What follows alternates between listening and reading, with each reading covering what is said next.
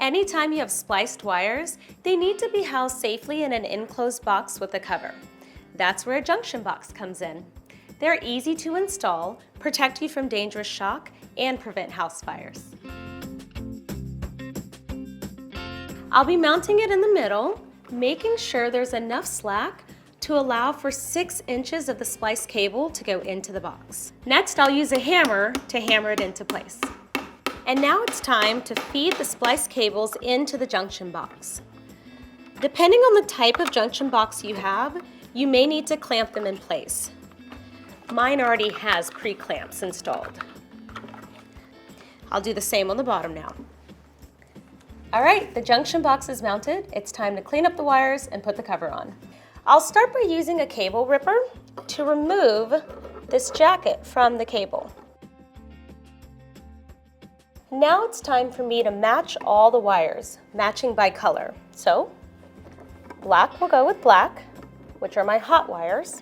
White will go with white, which are my neutral wires. And green insulated wires or bare copper wires are my ground wires. What I want to do is use a pair of needle nose pliers to hold my wires together, and then another set of pliers to twist the ends together. This will make it much easier for me to add the caps on the ends of these.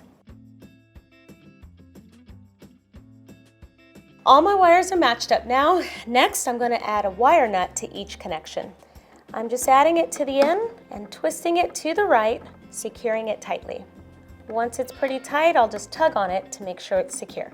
Moving on to the next one. Last but not least, my ground wires. Perfect. The caps are on. It's time to push all these wires into the box and put on the cover. According to electrical code, your junction box can't be covered by anything, such as drywall or any other materials. Also, the cover of the box must be completely solid. It can't have any holes. Well, once it's installed, it's time to turn the breaker back on.